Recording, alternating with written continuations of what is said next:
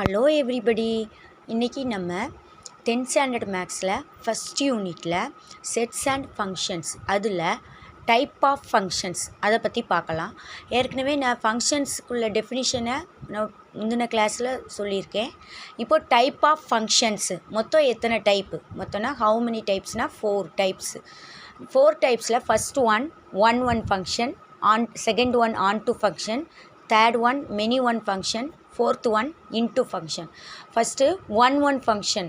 one function means நம்மளுக்கு ஏங்கிற set பிங்கிற ஒரு செட்டு, ரெண்டு செட்ஸ் எடுத்துக்கிட்டோம். இங்கே distinct elements of A have distinct images in B. அதாவது இப்போது இதில் ஏல உள்ள எலமெண்ட்ஸுக்கெலாம் இமேஜஸ் வந்து இங்கே ஒரு எலமெண்ட்டுக்கு ஒரு இமேஜ், ஒரு எலமெண்ட்டுக்கு ஒரு இமேஜ், இந்த மாதிரி இருக்கிற ஃபங்க்ஷனாக ஒன் ஃபங்க்ஷன். ஃபார் எக்ஸாம்பிள் இப்போ நெக்ஸ்ட் எக்ஸாம்பிள் பாருங்கள். இங்கே 1 வந்து 2க்கு போயிருக்கு, இங்கே 2 வந்து 8க்கு, 3 வந்து 5க்கு, 4 வந்து 11க்கு போயிருக்கு. ஆனால் 14 வந்துக்கு இமேஜ் இல்லை, சரிங்களா? ஸோ ஆனால் ஏல உள்ள எல்லா எலமெண்ட்டுக்கும் பியில் வந்து என்னது இருக்கும், இமேஜ் இருக்கும். Distinct element have distinct images. இப்படி இருந்துச்சுன்னா அதை ஒன் ஃபங்க்ஷன் சொல்கிறோம். Next on to function. On to ஃபங்க்ஷன்னா அதே மாதிரி ஏ செட் பி செட் எடுத்துக்கு நம்ம ஃபங்க்ஷன் டிஃபைன் பண்ணும்போது என்ன, ஆன் டு ஃபங்க்ஷனில் range of f equal to codomain of f அப்படின்னு இருக்கும். இந்த மாதிரி கண்டிஷன் இருந்துச்சுன்னா அது ஆன் டு ஃபங்க்ஷன் அப்படின்னு சொல்கிறோம். இப்போ இங்கே பாருங்கள், இங்கே 1 வந்து நம்மளுக்கு 2க்கு மேட்ச் ஆகிருக்கு, போயிருக்கு. 2 வந்து 5 போயிரு, 3யும் 4ம் 8க்கு போயிருக்கு. ஸோ இதை வந்து நம்ம ஆன் டு ஃபங்க்ஷன் தான் சொல்கிறோம். ஏன்னா ரேஞ்ச் ஆஃப் எஃப் உங்களுக்கு இது ஏல உள்ள எலமெண்ட்ஸ் டொமைன் சொல்கிறோம், பியில் உள்ள எலமெண்ட்ஸை கோடமைன் சொல்கிறோம். ரேஞ்சுன்னு எதை சொல்கிறோன்னா இங்கே எதுக்கெல்லாம் இமேஜ் இருக்கோ இங்கே அதை தான் ரேஞ்சுன்னு சொல்கிறோம். இப்போ இதில் ரேஞ்ச் ஆஃப் பின்னு சொன்னால் நம்ம 2, 5, 8ன்னு சொல்கிறோம். கோடமைன் ஆஃப் எஃப்னு சொன்னாலும் இதுவும் அதே தான், பி தான். ஸோ இது வந்து ஆன் டு ஃபங்க்ஷன். அதே மாதிரி செகண்ட் எக்ஸாம்பிள் பாருங்கள், இதுவும் ஆன் டு ஃபங்க்ஷன் தான். இப்போது இது ஆனால் இங்கே distinct element has distinct images இருக்குது. ஸோ இதுவும் என்ன தான், ஆன் டு ஃபங்க்ஷன் தான். நம்மளுக்கு ஆன் டு ஃபங்க்ஷனுக்குடைய டெஃபினிஷனே அதுதான். என்னென்னா range of f equal to நம்மளுக்கு கோடொமைன் ஆஃப் எஃப்பாக இருக்கும். அப்படி இருந்தால் ஆன் டு ஃபங்க்ஷன் சொல்கிறோம். இதை வந்து நம்ம என்ன சொல்லிக்கலாம், சர்ஜெக்ஷன் சொல்லிக்கலாம். ஆன் டு ஃபங்க்ஷனை என்னென்னு சொல்லிக்கலாம், சர்ஜெக்ஷன் சொல்லிக்கலாம். Next many one function. இந்த வேர்ட்லேயே இருக்குது பாருங்கள், ஒன் அப்படின்னா ஒன் ஃபங்க்ஷன்னா ஒரு எலமெண்ட்டுக்கு ஒரு இமேஜ் தான் இருக்கும். இங்கே ஒரு எலமெண்ட் ஒரு இமேஜ், இதுனா ஒன்.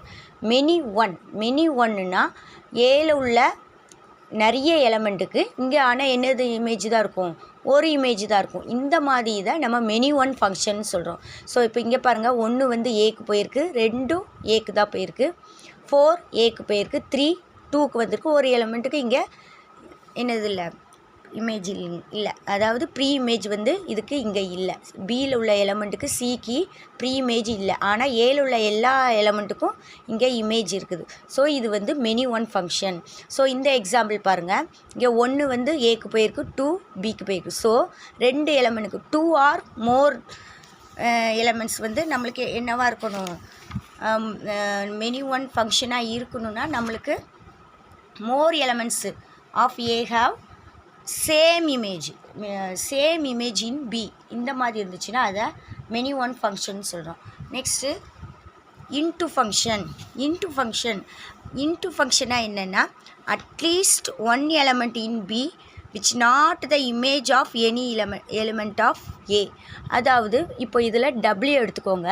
டபிள்யூ வந்து என்னது, டபிள்யூக்கு வந்து ப்ரீ இமேஜ் இங்கே இல்லை. ஸோ இந்த குறைஞ்சது ஒரு எலமெண்ட்டுக்காவது இங்கே ப்ரீ இமேஜ் இல்லாமல் இருக்கணும், ஏல இதாக இல்லாமல் இருக்கணும். இந்த மாதிரி ஃபங்க்ஷனை தான் நம்ம இன்ட்டு ஃபங்க்ஷன் சொல்கிறோம். இன்ட்டு ஃபங்க்ஷன்னா என்ன சொல்லிக்கலாம், நான் ஆன் டு ஃபங்க்ஷனாக இல்லைன்னா அதை நம்ம இன்ட்டு ஃபங்க்ஷன் சொல்லிக்கலாம். ஆன் டு ஃபங்க்ஷனாக இல்லைன்னா அதை இன்ட்டு ஃபங்க்ஷன் சொல்லிக்கலாம். அதை இன்னொரு இதில் சொல்லணுன்னா நம்மளுக்கு இந்த இடத்துல ரேஞ்ச் ஆஃப் எஃப்னு கேட்டால் நம்மளுக்கு என்ன வரும், எக்ஸ் ஒய் இசட். ஸோ இந்த ரேஞ்ச் ஆஃப் எஃப் வந்து எதுக்கு சப்செட்டாக இருக்கும்னா codomain of F. Codomain of எஃப்னு கேட்டால் WXYZ. ஸோ இது கோடொமைன், அதில் நம்மளுக்கு இது கம்மியாக தான் இருக்கும். இந்த மாதிரி எலமெண்ட்டை நம்ம இன்டூ ஃபங்க்ஷன் சொல்கிறோம். ஸோ இதுதான் டைப்ஸ் ஆஃப் ஃபங்க்ஷன்ஸு. இதில் ஆன் டு ஃபங்க்ஷனை சர்ஜெக்ஷன் சொல்கிறோம். One function plus on to function, இந்த ரெண்டையுமே நம்ம பைஜெக்ஷன் சொல்லலாம். தேங்க்யூ.